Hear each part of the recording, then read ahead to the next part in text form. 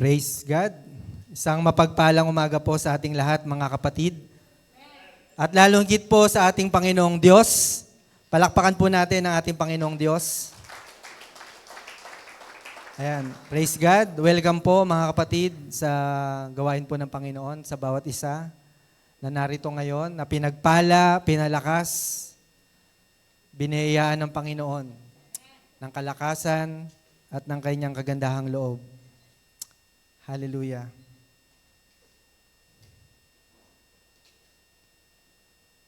Pwede mo bang ngitian ng iyong katabi, mga kapatid?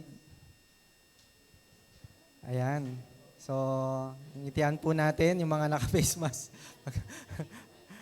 So, ayan. Ngitian na po natin yung ating mga katabi. Ayan. So, isang ngiti pa lang. Amen?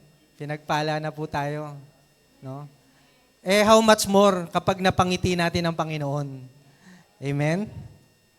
Praise God. So, ang ating pong teksto ay matatagpuan po sa Hebrews, mga Hebreo, chapter 12, verses 1 and 2. Pwede po bang tumayo po tayong lahat, mga kapatid?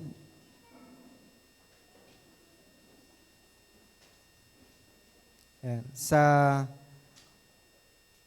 Hebreo chapter 12 verses 1 and 2, wherefore seeing we also are compassed about with so great a cloud of witnesses, let us lay aside every weight and the sin which that so easily beset us, and let us run with patience the race that is set before us.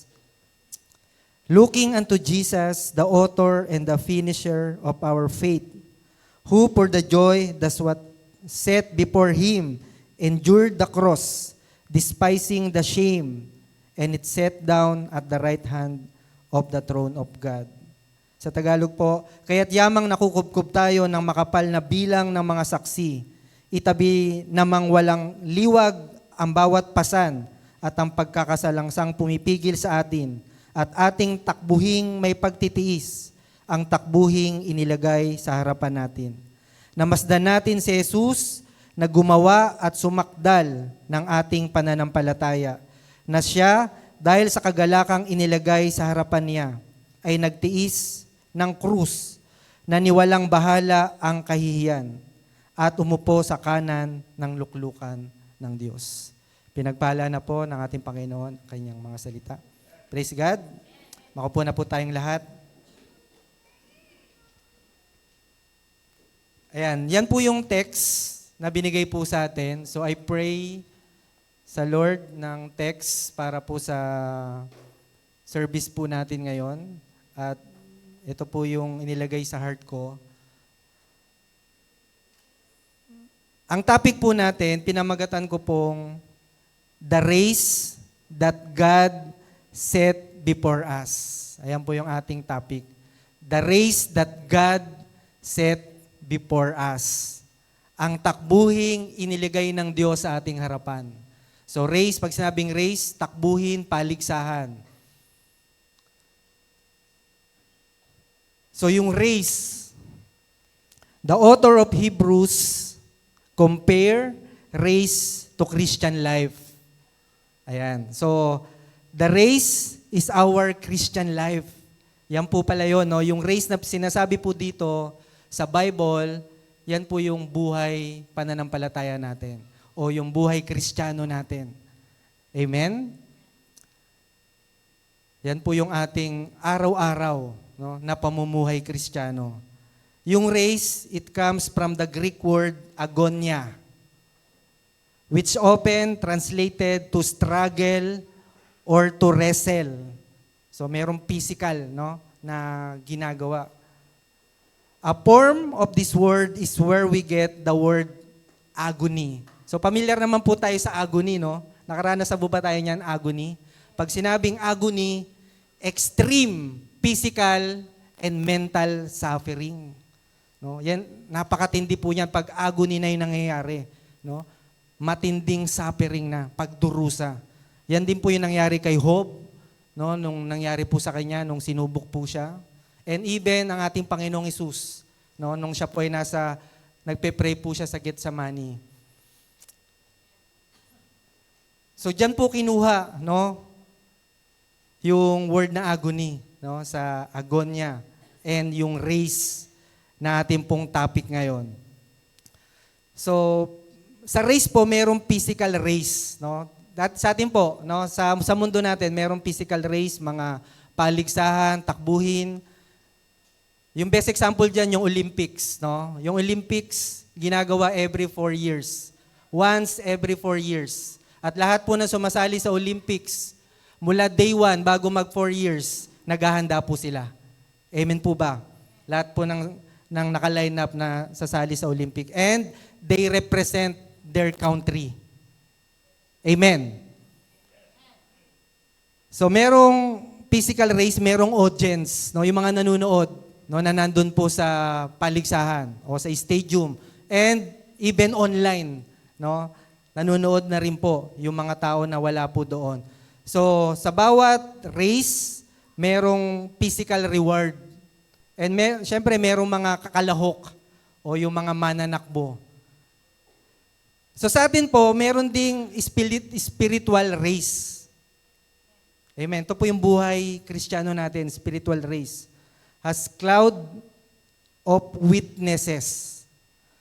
Pag sinabi pong cloud of witnesses, kung babasahin po natin yung book of Hebrews chapter 12 verse 1, sabi dito, yamang nakukubkub tayo ng makapal na bilang ng mga saksi. Sino po ito?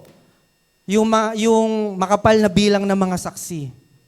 Sino po yung sinasabi dito sa book of Hebrew, sa text po natin? Ito po ba yung mga unbeliever? No. This is not unbeliever. Kung babasahin natin yung context, the verse, the word therefore, sabi sa dito, therefore, it refers Hebrews 11. Hebrews 11, kung babasahin natin, yun po yung hall of faith. That's the context. Ito pong chapter 12, verse 1 and 2. The cloud of witnesses, ito po yung mga believers na nauna sa atin. Lahat ng mananampalataya, sila Abraham, Isaac, Jacob, lahat ng mga nanampalataya sa Panginoon. Sila po yung cloud of witnesses. Sila po yung audience natin ngayon.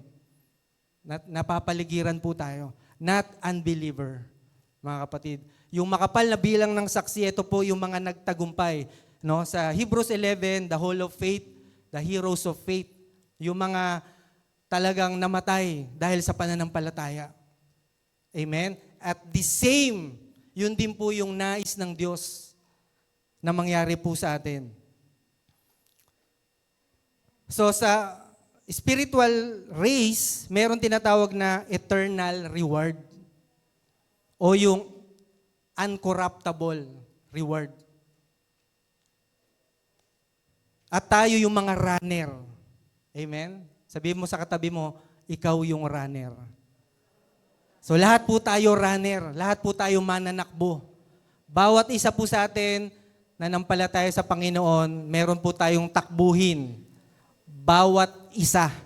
So tayo po ay mananakbo. Amen?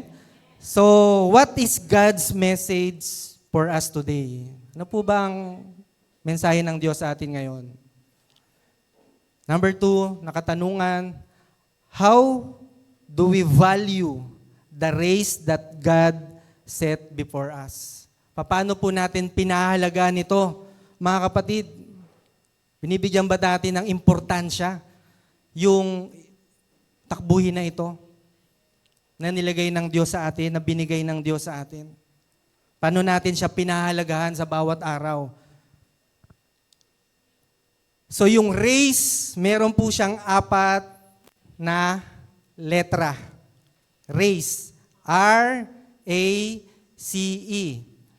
4 letters. At dahil 4 letters po yan, acrostic po, no? Yung message po natin, yung ating mga points ngayon. Sa 4 na letter na yan, kukunin natin yung ating pong main division o yung mga points po natin. Letter, ano yung unang letter? R. So, letter R, run with patience. Tumakbong may pagtitiis. Sa other version, perseverance or endurance. Sa ibang version po ng Bible. Run with patience. So tayo pong mananakbo, hindi lang pala dapat tayo tatakbo. Kailangan tumakbo tayo may pagtitiis, may katatagan. Dahil po yung takbuhin natin, our race is not a sprint.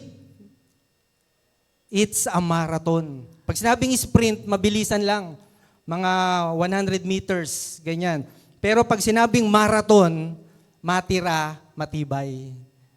Amen? Patibayan sa marathon, patatagan.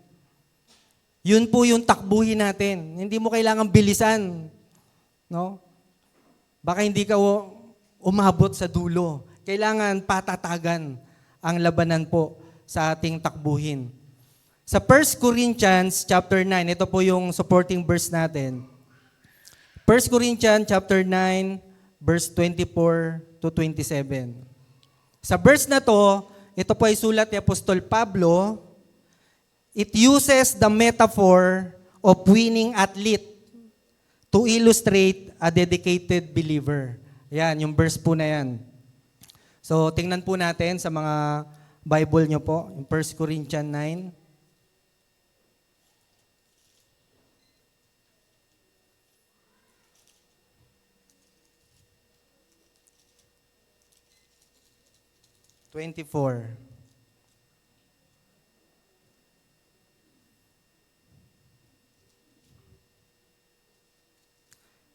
Hindi ba ninyo nalalaman na ang mga nagsisitakbo sa takbuhan ay tumatakbong lahat?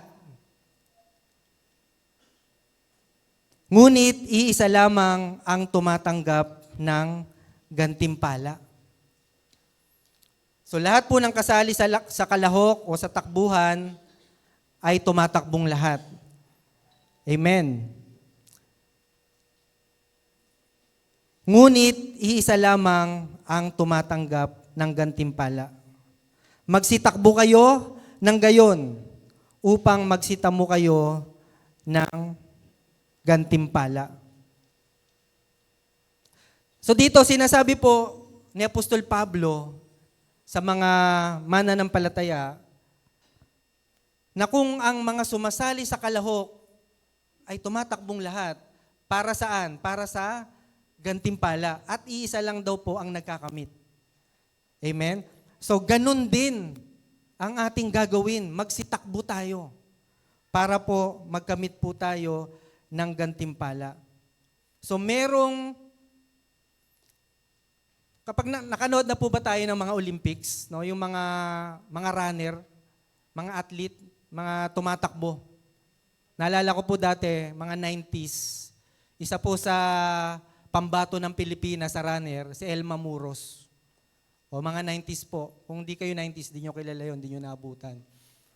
So siya po yung pambato ng Pilipinas. So nag-champion po siya, no, during her time, na talagang siya po yung nag-represent sa ating bansa. Nagkamit po siya ng award o ng reward sa kanya pong pag-represent sa ating bansa. Bakit? Bakit nagsisikap tumakbo ang isang mananakbo? Dahil sa gantimpala. Nirepresent nila yung bansa nila. Karangalan ng bansa plus gantimpala. Merong motivation. Kaya sila nagsisikap. Lahat po na sumasali sa Olympics, sabi ko kanina, 4 na taon yan. 4 na taon yung paghahanda. Isipin nyo po, isang beses lang yung laban, every 4 years, pero yung preparation mo, 4 na taon. 4 na taon na pagdidisiplina, pagsasanay, para sa pagharap mo sa Olympics, handa ka. May pag-asa kang manalo. Pero kapag hindi naghanda, yung sasali sa Olympics, alam mo na matatalo na siya. Amen? Kaya ganun po yung pagsasanay. Para saan? Dahil sa gantimpala. May motivation. Bakit sila nagsisikap na magpakahirap, magsanay kung wala silang mapapala? Amen? Kaya lang po, yung gantimpala na makakamit nila, ang sabi po dito, at ang bawat tao na nakikipaglaban sa mga palaruan ay mapagpigil sa lahat ng mga bagay. Yun. Merong physical discipline. Hindi sa kanila pwede magbisyo. No? Runner tapos puro bisyo yung ginagawa. Hindi po pwede yung ganun. Si Manny Pacquiao, di ba? Kilalang kilala sa buong mundo. Kung titingnan natin bakit siya nag-champion, wag natin tingnan yung resulta niya. Ang tingnan natin kung paano siya nagsanay. Amen? Kung paano siya nagsanay. Yun po yung ating tingnan. Wag natin tingnan, ay kasi magaling si Pacquiao. Hindi.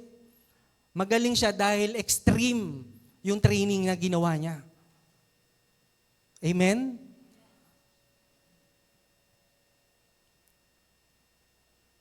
Ginagawa nga nila ito upang magsipagtamo. Ayun, yung motivation. Upang magsipagtamo ng isang putong na may pagkasira. So yung reward na matatanggap nila, nasisira. Pero may motivation na talagang pagbutihin nila yung pagtakbo, nagalingan nila, pagsikapan nila. Pero yung matatanggap nilang reward, nasisira. Meron po akong nakita, nirepresent niya yung school niya. Champion sa lahat ng school na nilabanan niya. At paglipas ng maraming taon, lahat ng trophy, medals niya, na luma, tinapon po. Yun po, ganun po yung nangyayari. Amen? Pero yung sa atin, ang sabi po dito, ngunit tayo'y niyaong walang pagkasira. Yung ating pong spiritual reward ay incorruptible, imperishable, hindi nasisira. Yung crown na bibigay po sa atin. Hindi po ba tayo natutuwa, mga kapatid? Hindi nasisira, eternal. Palakpakan po natin ang Panginoon. Ngayon, Pastor, ito ang tanong.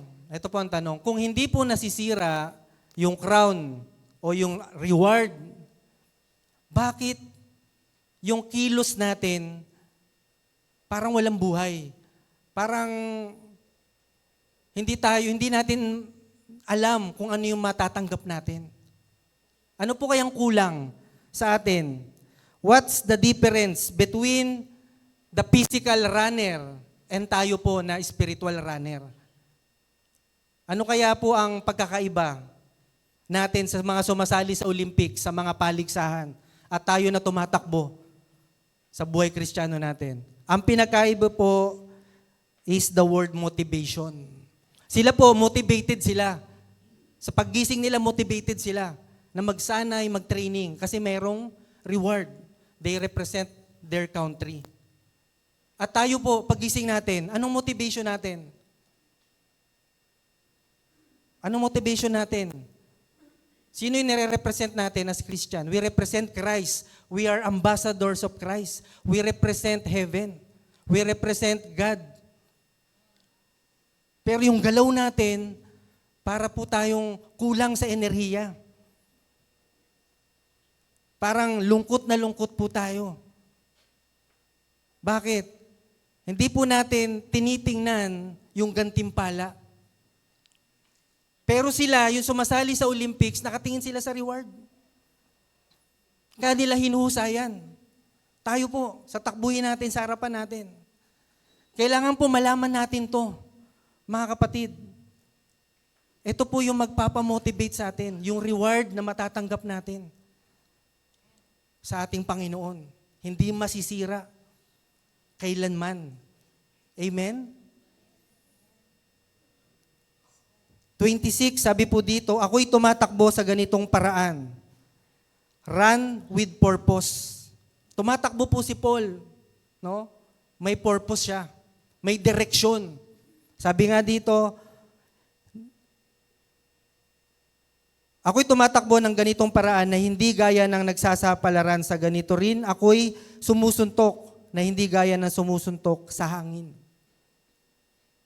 So may kita natin na si Paul, meron siyang layunin at meron siyang direksyon. Amen? Yung layunin niya is to glorify God, yung direksyon niya sa Panginoon, sa mga reward. Amen? Kasi po yun yung dahilan ng pagkatawag sa Kanya. Sa Philippians chapter 3. Sa verse 27, ito po. But I keep under my body and bring it into subjection. Hinahampas ko ang aking katawan at aking sinusupil. Ano pong ginagawa ni Paul? Pinahirapan niya yung katawan niya. Hindi po yung pinaparusahan na kagaya nagpipilitin siya. Ito po is about self-control. Amen? Self-control. Kailangan yung katawan, no, mas mataas yung spirit. Amen? Ang kumukontrol sa katawan. Sabi niya nga dito but I keep under my body and bring it into subjection, lest that by any means, when I have preached to others, I myself should be a castaway. Ibig sabihin nito mga kapatid, kinakailangan po natin ng self-control. Kailangan po masupil natin yung ating katawan. Bakit? Pag hindi po natin nasupil yung katawan natin, magmamanifest po yung gawa nito. At sabi po dito, I myself should be a castaway. Ibig sabihin nito, sa lahat po sa atin, mga nagtuturo, nagpapagamit, nangangaral, nagpipreach, even pastors. Kapag hindi namin nasupil yung aming sarili, pwede po kaming ma-disqualified sa ginagawa namin. Lahat po ng tumatayo dito, nagtuturo, pero yung buhay po natin, taliwas sa tinuturo natin, may magja-judge po sa atin. May nabasa po ko, lahat po ng tumatayo dito sa pulpito, lahat po naka-record sa heaven. Kung paano tayo magturo, kung paano tayo mangaral. Naka-record. And one day, magbibigay tayo ng account sa Panginoon. Even sabi po sa Bible, lahat na nagtuturo, sila po ay merong, ano ba yung ginamit sa Tagalog? Na sila po ay talagang mas matindi yung account. Yun, strict judgment sa lahat ng tumatayo dito. Kaya nga po, kailangan maging maingat po tayo. Para ano? Para hindi tayo ma-disqualified. Kaya gano'n na lang po ang ginagawa ni Paul. Sinusupil niya yung sarili niya. Run with patience. Hindi po madali. Yung komportable, masarap po kaya maging komportable. Amen po ba? Masarap maging komportable, pero hindi po yun yung kalooban ng Diyos. Gusto ng Diyos, umalis tayo sa komportableng buhay. Kailangan po tayong tumakbong may pagtitiis. Hindi po sinabi doon, tumambay lang tayo. Mamaya na lang ako tatakbo, Lord. Tambay muna ako dito, magre-relax muna ako. Pahinga muna. No? Yung pahinga, inabot ng buwan, taon. Amen? So yun po yung danger. And self-control is one of the fruit of the Holy Spirit. Kaya ito po ay kailangan, no, na makultivate, no, mamunga sa atin. So sa una, kinakailangan po natin tumakbo na may pagtitiis. No? Hindi po mahirap. Pero kailangan nating, hindi po madali, pero kailangan po nating magtiis. Tumakbo po tayo na may purpose at may direksyon. Amen? Yung direksyon po natin, papunta po sa ating Panginoon. Amen. So letter, ano pong next letter? Ayan, sa letter A, align. Align our life in God's direction. Sa verse 2, ang sabi po dito sa verse 2, sa verse 2 po ng text natin, looking unto Jesus, the author and finisher of our faith. Sa ibang salin po, fix your eyes to Jesus. Pag sinabing fix, nakatuon, Nakatuon po. Ibig sabihin, nasa isang tingin. Hindi siya kalat-kalat. No? Nakatuon po yung ating paningin kay Jesus. Bakit? Siya po yung pinagmumulan at nagpapasakdal ng ating pananampalataya. Ang dapat pala, dahil tayo po'y tumatakbo, ang tingin lang natin isa lang, si Jesus lang. Amen? Wala na pong iba. Kasi pag tumingin po tayo sa iba, tumingin tayo sa mga problema, tumingin tayo sa mga pagsubok, pag tiningnan natin si kapatid, natisod ka, ano ba naman to? Ganito, ganon. Pag tiningnan mo siya at hindi ka tumingin sa Panginoon, matitisod ka. Pag natisod ka, anong pwedeng mangyari? Pwedeng umalis ka, magtampo ka, ayoko na nga mag-church dyan. Mga ganyan yung mga kapatiran dyan. Pero dapat ang tingin natin isa lang, si Jesus. Lahat po tayo, hindi po tayo perpektong lahat. Nagkakamali po tayo, nagkukulang tayo sa isa't isa. Pero dapat nangingibabaw yung pag-ibig natin sa mga pagkukulang ng bawat isa. Kaya ganun po, ini-encourage tayo na si Jesus lang.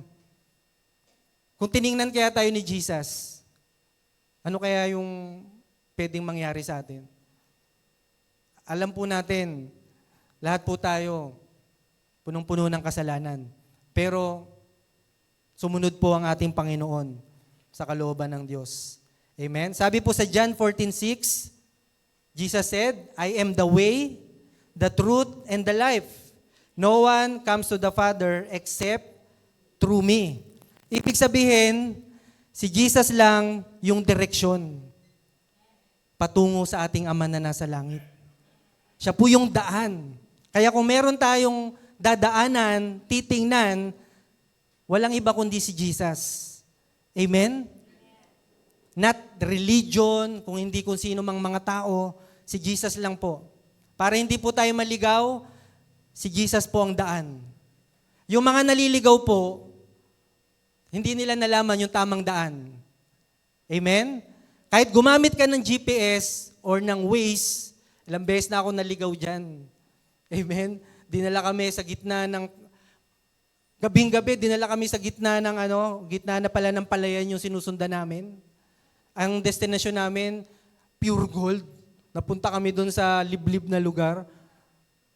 Gabing-gabi po, tapos pandemic pa that time. Takot na takot yung mga tao. Nagtatanong kami, lumalayo sa amin. So, ibig sabihin mga kapatid, pwede pong mangyari kapag mali yung direksyon.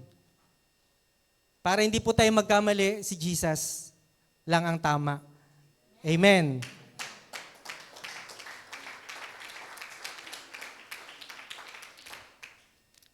Supporting verse natin sa Hebrews chapter 11 verses 24 to 27. Yan.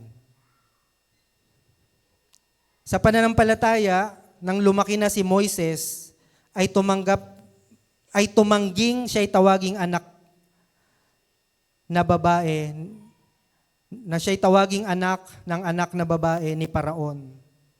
Ayan, tumanggi po siya nung siya po ay nasa tamang gulang na.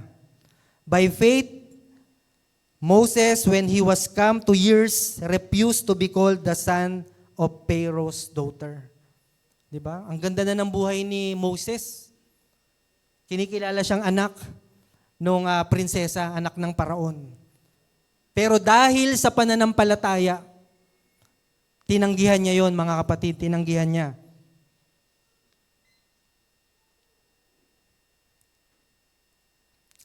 Verse 25, choosing rather to suffer affliction. Mas pinili niya pa po ang magdusa with people of God. Mas pinili niya pa than to enjoy the pleasures of sin for a season. Mas pinili niya pang magdusa na kasama yung bayan ng Diyos kaysa magtamasa ng mga kamunduhan o ng mga kasaganaan na dulot ng kasalanan. Moses' view, nakita ni Moises yung contrast o yung pagkakaiba ng suffer for Christ to the treasures of Egypt. Kung tayo po kaya nasa kalagayan ni Moises, ano po yung gagawin natin? Ano po yung pipiliin natin? Gagawin din po ba natin yung ginawa ni Moises? Ang ganda na ng buhay niya. Ginugroom siya na next Pharaoh na. Ang ganda ng buhay niya, nasa palasyo siya. Komportable. Pero anong pinili niya? Mas pinili niya magdusa. Maghirap. Tayo po kaya mga kapatid, kaya po kaya natin piliin yung magdusa para sa Panginoon? Kaysa sa kasiyahan sa mundo? Kaya po natin kayang gawin? Amen, dapat. Dapat kayanin po natin. Dapat hindi natin ipagpapalit yung kagalakan sa Panginoon kumpara sa kasiyahan sa mundo. Pag ganun po yung standard po natin, you are living in compromise. Sabi sa Bible, do not conform to the pattern of this world. Kailangan po mga kapatid, nandun na tayo sa estado na meron na tayong paninindigan sa pagsunod, sa pagpili between world at sa Panginoon. Amen? Yun po yung nangyari kay Moises. Pinili niya na maghirap. What is Moises' motivation? Pastor, ano kaya yung nagtulak o nag-udyok kay Moises para gawin niya yon? Basahin natin yung 26. So, the Bible interpret itself. Lahat ng tanong, nandito rin po yung kasagutan. Amen? Sa 26, esteeming the reproach of Christ greater riches than the treasures in Egypt. And he had respect unto the recompense of the reward. So yung motivation ni Moses, he was looking ahead to his reward. Nakatingin siya sa gantimpala sa hinaharap. Hindi sa panandalian lamang. Sa temporary na makakamit niya sa Egypt. Tiningnan niya yung gantimpala sa hinaharap. At yun din po dapat ang tingnan natin. Huwag po natin ipagpalit yung temporary pleasures sa ating eternal reward. Naalala ko lang po si Esau at si Jacob. Gutom na si Esau. Si Esau, gutom na. Sabi niya, pakainin mo ako, mamamatay na ako sa gutom. Anong sabi ni Jacob? Sige, pero ang kapalit, yung birthright mo. Mas pinili ni Esau na ipagpalit yung birthright niya doon po sa isang mangkok na sabaw kasi gutom siya. So sa atin, huwag po natin hayaan na may pagpalit yung magandang hinaharap po natin sa ating Panginoon. So yung motivation ni Moises, yung gantimpala, no? Na inaring malaking kayamanan ang kadustahan ni Kristo kaysa mga kayamanan ng Ehipto, sapagkat ang kanyang tinitingnan ay ang gantimpalang kabayaran. Amen? So ang tingin ni Moises sa reward, gantimpala. Sa atin, ano pong tinitingnan natin?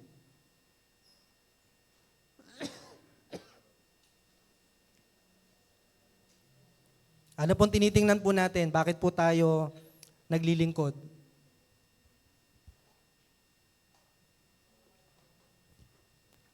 To glorify God. Amen. And pagdating po ng panahon, tatanggap po tayo ng gantimpala. Amen. Ang sabi ni Job sa Book of Job, ang Diyos ang ituring mong kayamanan, nagintot pilak na iyong pahahalagahan. So sa atin po, mga kapatid, dapat po ang turing natin sa Diyos para hindi po tayo mag-struggle between money and God.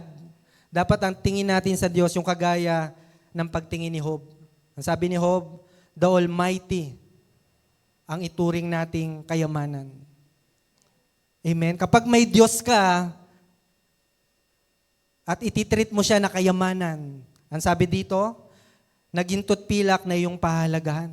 Mas pahalagahan natin yung Diyos kaysa sa mga bagay sa mundo na to. Bakit hindi po natin nagagawang pahalagahan yung Diyos? Kahit sinasabi sa Bible na siya yung riches, na nasa kanyang lahat. Kasi po, mas pinahalagahan natin yung bagay sa mundo. Hindi po masama yung trabaho, lahat po yan blessing sa Panginoon, yung pag-aaral natin, business, lahat ng tinatangkilik natin, lahat po yan ay biyaya ng Diyos sa atin. Pero lahat po yan ay bigay kaloob. Lahat po yan ay pwedeng mawala. Wala pong temporary, wala pong permanente. Lahat po pwedeng mawala, pwedeng alisin. Yung lakas natin, di natin pwede asahan. One day, pwede tayong manghina. Yung asawa natin, di natin pwede asahan. Anak, magulang, lahat. Hindi po natin maasahan. Hindi natin pwedeng ilagay yung ating pananampalataya sa kanila. Dahil hindi po yun ang sinasabi ng Panginoon. Ang sinasabi po ng Panginoon, sa Diyos lamang tayong 100% umasa at magtiwala.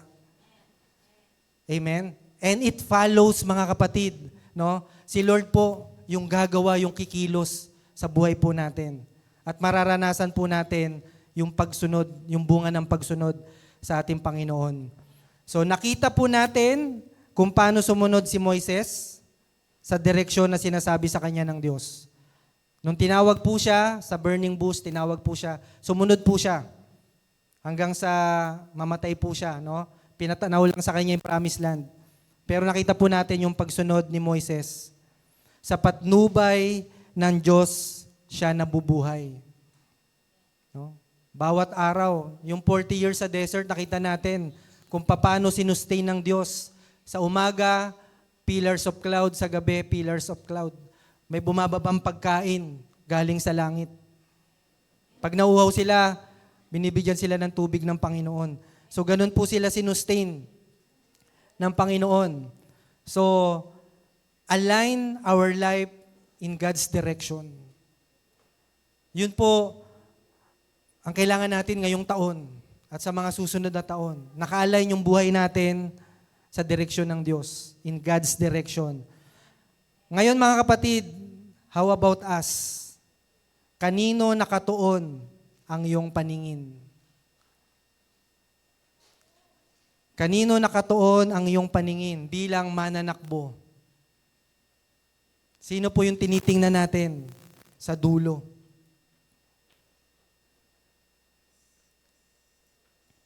Tayo po makakasagot nito, mga kapatid.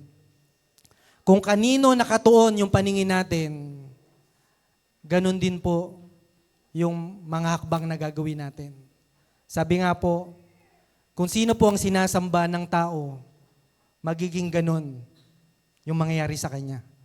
Kung ang sinasamba ng tao pera, ano mangyayari sa tao? Magiging mukhang pera.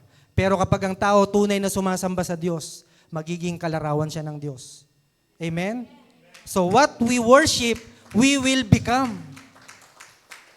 Amen? Kung sino yung sinasamba natin, yun magiging ganun tayo. Amen? Kaya po galit ang Diyos sa idolatry eh. Idolatry, hindi lang po siya yung tuwing January 9 na nakikita natin. Idolatry is anything above God. Amen? Anything above God is idol sa buhay po natin. So sa pangatlong letra, ano po yung pangatlong letra? Yan, letter C. Crucify the flesh. Ayan, crucify, ipako. Yung flesh. Bakit yung flesh? Hindi yung katawan natin, yung sarili natin ipapako, yung flesh. Yung laman. Sabi ni pastor, papako daw tayo, hindi po hindi po ito literal, no? Crucify the flesh. Why? Flesh does sin. Yung flesh gumagawa ng kasalanan. So dapat siyang ipako. Amen. Ano sabi po sa Galatians 5:19? Yung gawa ng laman, Marami po yan. Ayan po, binanggit dyan. Isa na dyan yung pagsamba sa Diyos-Diyosan, paglalasing, mga kahalayan, mga gustong-gusto ng paningin natin, ng laman natin, yung appetite of sin. Ayan, nandyan lahat. Kaya kailangan siyang i-crucify. Kailangan siyang patayin. No? Kailangan patayin yung flesh.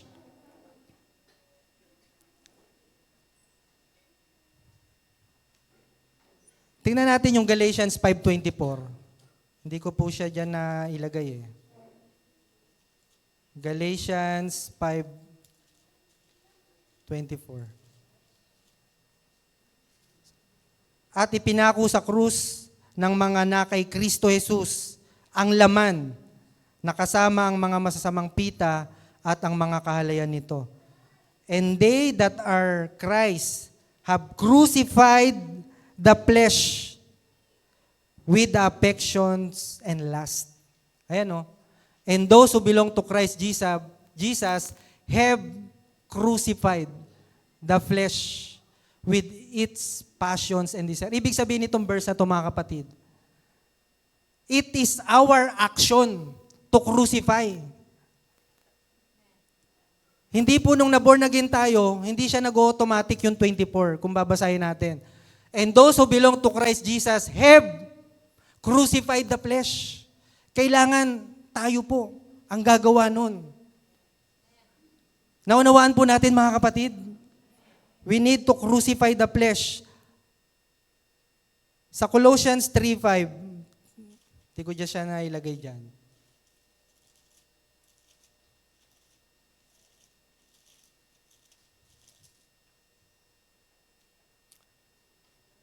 Colossians 3:5, mortify therefore your members which are upon the earth, fornication, uncleanness, inordinate affection, evil concupiscence, and covetousness, which is idolatry. So patayin nga ninyo. Pag sinabing patayin, no, may action. Amen? Put to death, therefore, what is earthly in you. Ayan. Ano ba yung earthly sa atin? Yan po, sexual immorality. Kailangan siyang patayin. Sinong gagawa niyan? Mag-action po tayo dyan, mga kapatid. So, ang tanong, Pastor, papaanong i-crucify natin yung flesh? How? So, isa po sa mga sagot, may kita natin sa Galatians 5:16. Walk in the Spirit and do not gratify the desires of the flesh. Paano natin papatayin? Starve the flesh. Pag sinabing starve, gutumin. Huwag mong pakainin. Nakuha po natin? Kapag gusto natin, halimbawa, may aso na yung yung naghihingalo na, no? Para hindi na siya mahirapan at matuluyan na siya, huwag mong pakainin. Amen? At pag nanghina siya na nanghina, ano lang kasunod? Mamatay po siya. So sa ating flesh, kapag lumalakas ang flesh, ibig sabihin, pinapakain. Nakuha po ba natin? Pag malakas yung flesh natin, ibig sabihin, kumakain siya. Pero kapag hindi siya kumakain, hindi natin siya pinapakain, dahan-dahan siyang manghihina. At mamamatay po siya. Paano siya wag papakainin? Ang sabi doon, sa Galatians 5:16, walk in the Spirit. So, paano natin i-apply yan? Ibig sabihin nito, mga kapatid, para hindi natin pakainin yung flesh, it means cutting all access that feeds your flesh. Kailangan putulin natin lahat ng access. Ano ba yung mga access na yan? Halimbawa, sa fornication, yung mga tinitingnan natin, yung mga apps na tinitingnan natin, sa gabi, na tayo lang yung nag-iisa, at nag-scroll ka, biglang may nagpakita na sexing babae. Pagtingin mo, aksidente, nakita mo. Sa pangalawang sulyap, hindi na aksidente. Tinitigan mo na eh. Nandun na yung free will mo, natingnan na siya. Dahil tiningnan mo na siya, ano nang kasunod? Magugustuhan mo na. Hanggang sa hindi mo na matanggihan. Ganun po nag-i-start mga kapatid. Ano pa? Ano pa yung dapat natin ikat? Lahat ng nag-e-entertain sa flesh natin. Lahat na nagbibigay ng kasiyahan sa laman natin. Ano po ba yan? Kailangan natin deleting the apps. Yung mga apps po. Mga online games. Yung mga kinagigiliwan natin ng mga laro. No? Sample, ML. Pastor, masama po ba yung ML, maglaro? Kayo po sumagot, mga kapatid. Kapag ka more than na yung paggamit mo than usual, hindi na siya normal. Amen. Amen po ba? At kapag yan ay inaagaw na yung prayer time mo, yung pagbabasa mo ng Bible, hindi na normal yan. Ang tawag yan, addiction na. Panonood ng mga teleserye. Ngayon nga, hindi na teleserye. Sa cellphone lang, makakanood ka na eh. Mga kapatid, ang pinag-uusapan natin dito is starve the flesh. Kailangan siyang patayin, kailangan siyang gutumin. Kailangan lahat ng pwedeng access ni Satan, kailangan ikat natin kung gusto natin mapatay yung laman.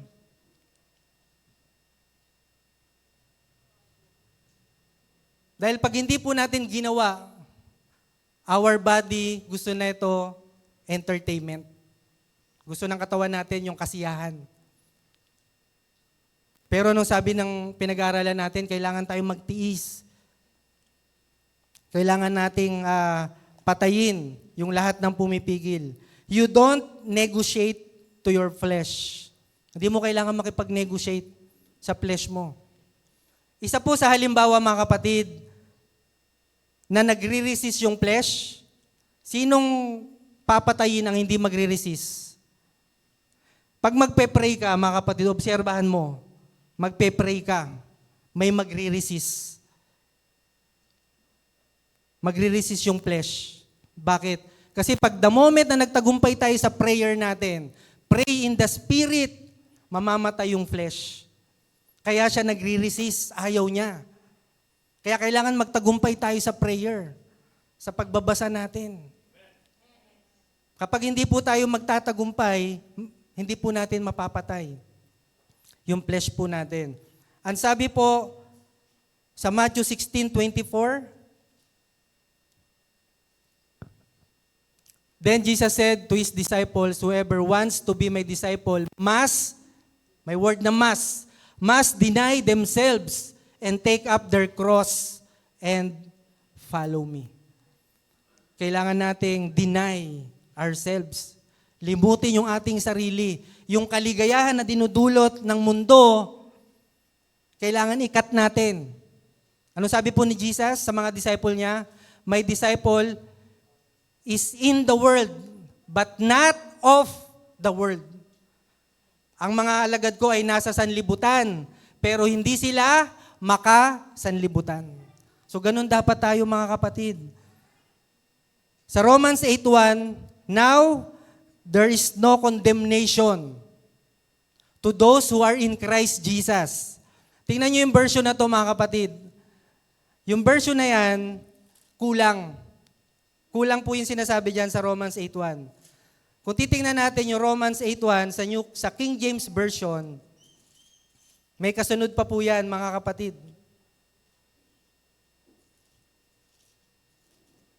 Huwag po tayo mag-depend sa isang translation lang pag nagbasa tayo. Romans 8:1. There is therefore now no condemnation to them which are in Christ Jesus. Tama po yung sinasabi dyan, pero may karuktong pa. Who walk not after the flesh,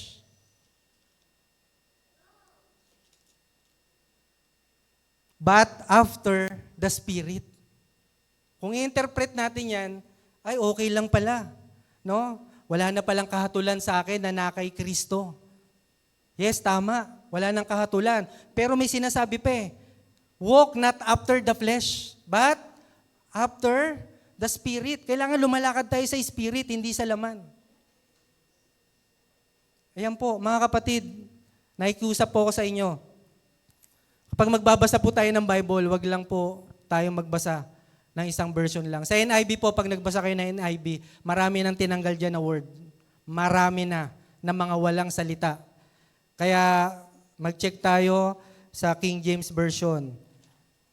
Pag nagbasa po tayo. So, yung Romans 8:1, yan po yung flesh versus spirit. Sa number 4, sa letter E, sa last letter po natin sa race, endure hardship as a runner. Ayan. Endure hardship.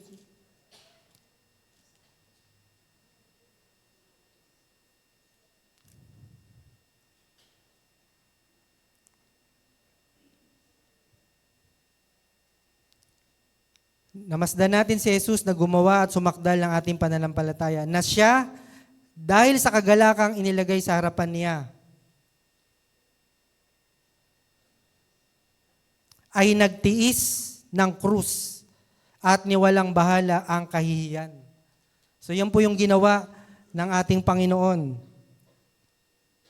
who for the joy that was set before Him endured the cross, despising the shame. No? Grabe yung mamatay ka sa krus, yung ipako sa krus, yung kahihiyan na dulot po nun, the most brutal na kamatayan, yung ipako sa krus yung tao. He endured the cross, despising the shame, yung reward, and it sat down at the right hand of the throne of God.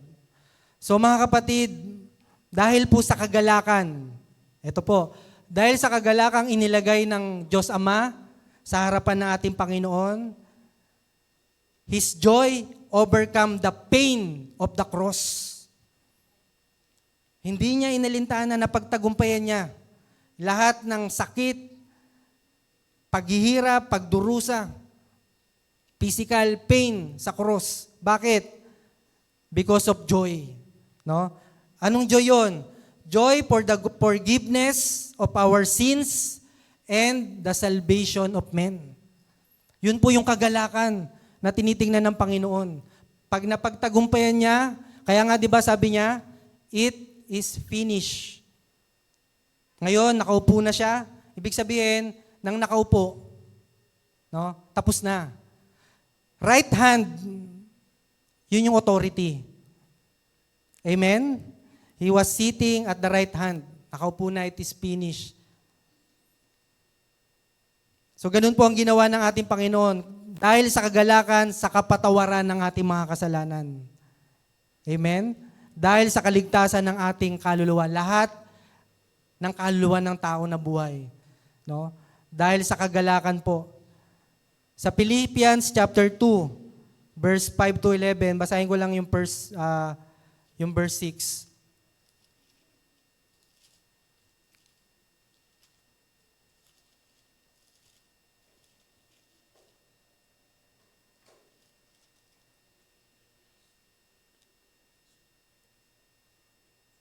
Who being the form of God, thought is not robbery to be equal with God, but made himself of no reputation, and took upon him the form of a servant, and was made in the likeness of men.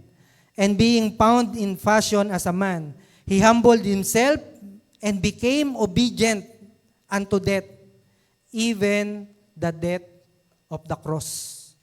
So nagpakumbaba po siya, sumunod, hanggang sa kamatayan sa krus. Ganun po yung ating Panginoon. Mga kapatid, pinili niya, mas ginusto niya na sumunod hanggang kamatayan. Para saan, mga kapatid? Sa kagalakan ng mga kaluluwang maliligtas. Amen? Kung hindi po ito ginawa ng Panginoon, may pag-asa po kaya tayo? Wala po tayong pag-asa. Dahil po sa ginawa ng Panginoon, His finished work, perfect sacrifice, perfect obedience, tayo po ay nagkaroon ng kaligtasan. endure hardship na pagtagumpayan niya. Tiniis niya lahat ng hirap. So ganun din po ang nais ng Panginoon sa atin. Tiisin po natin lahat ng hirap, pagdurusa na mararanasan po natin.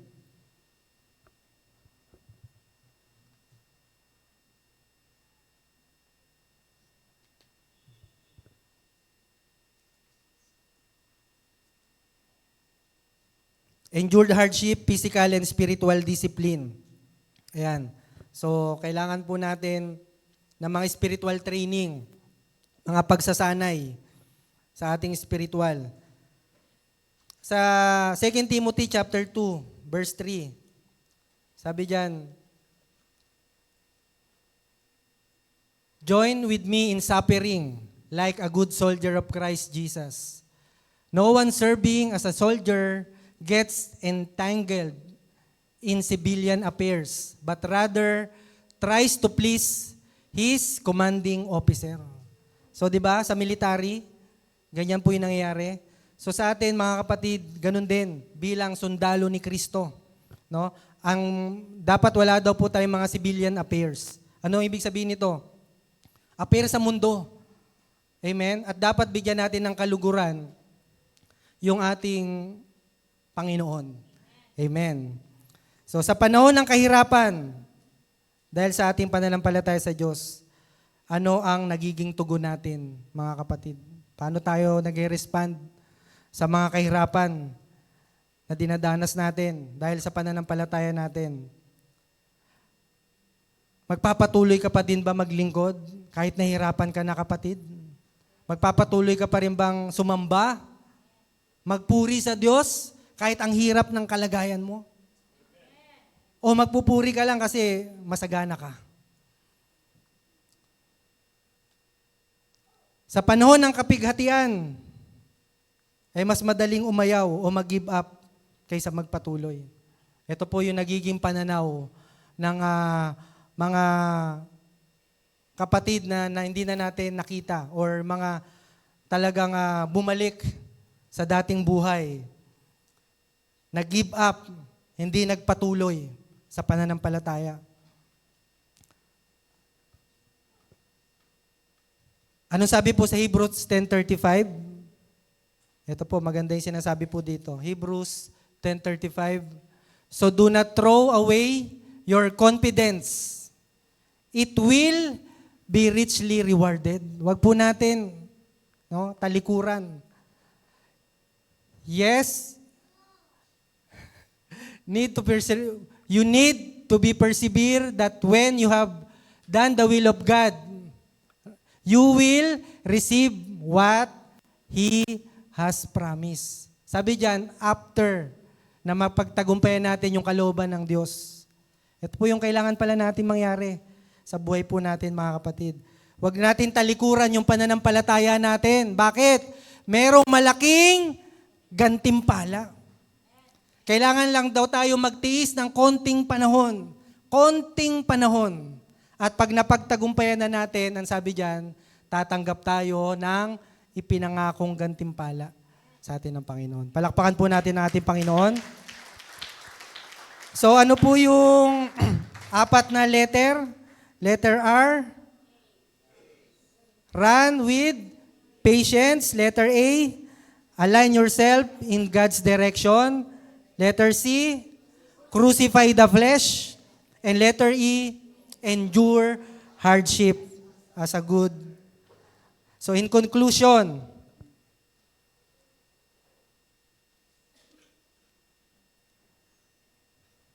brothers and sisters in Christ, as a runner, let's improve the race that God has set before us. Mga kapatid, sa Panginoon, pagbutihin po natin yung pagtakbo.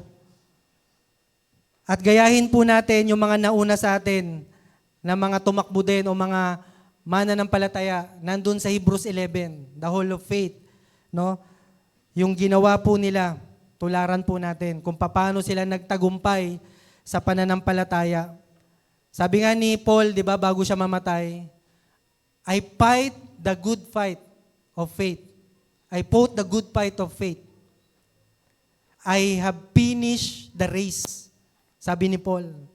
At nakahanda na siya na mawala sa mundo na to. So mga kapatid, pagbutihin po natin. Paano? By faith. Sa pamagitan ng pananampalataya po natin sa ating Panginoon. Tayo po tayong lahat mga kapatid.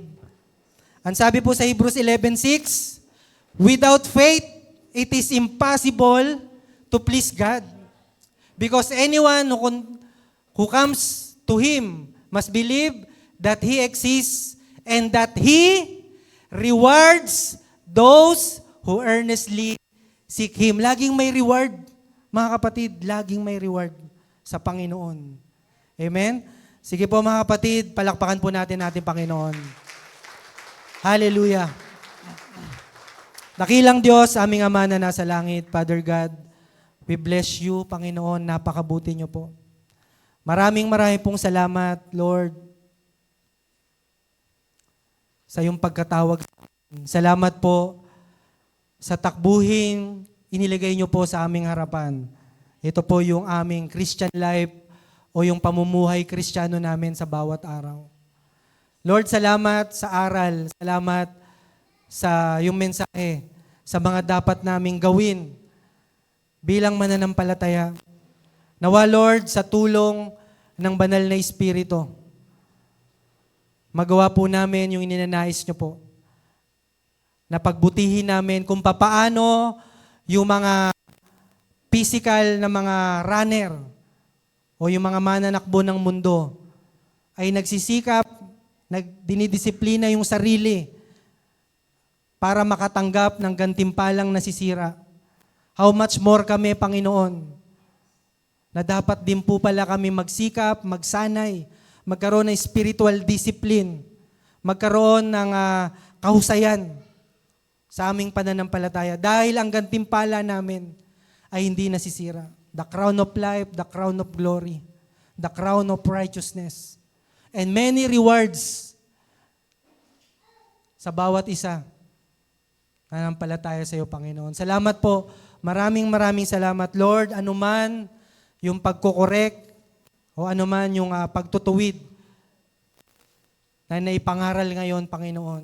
Lord, naniniwala ko, Panginoon, na ito po ay kalooban mo, Panginoon. Na anuman ugnayan namin sa mundo, Lord, kalooban mo na ikat namin o putulin namin, Panginoon, anumang kaugnayan na meron kami sa sanlibutan. Dahil ang kalooban mo, Panginoon, ay mamuhay kami may kabanalan sa iyong harapan. Kaya maraming pong salamat, Lord. I pray na kayo po ang magpatuloy na mag-minister, Holy Spirit, sa bawat isa na mga kapatid ko na narito. Lord, na ngayong 2026, Lord, sa takbuhin na nasa aming harapan, Lord, sa biyaya mo, sa habag mo, mapagtatagumpayan namin ang lahat ng ninanais niyo po sa buhay namin. Salamat po. Maraming salamat. Sa iyo po ang papuri. In Jesus' name, amen. Amen.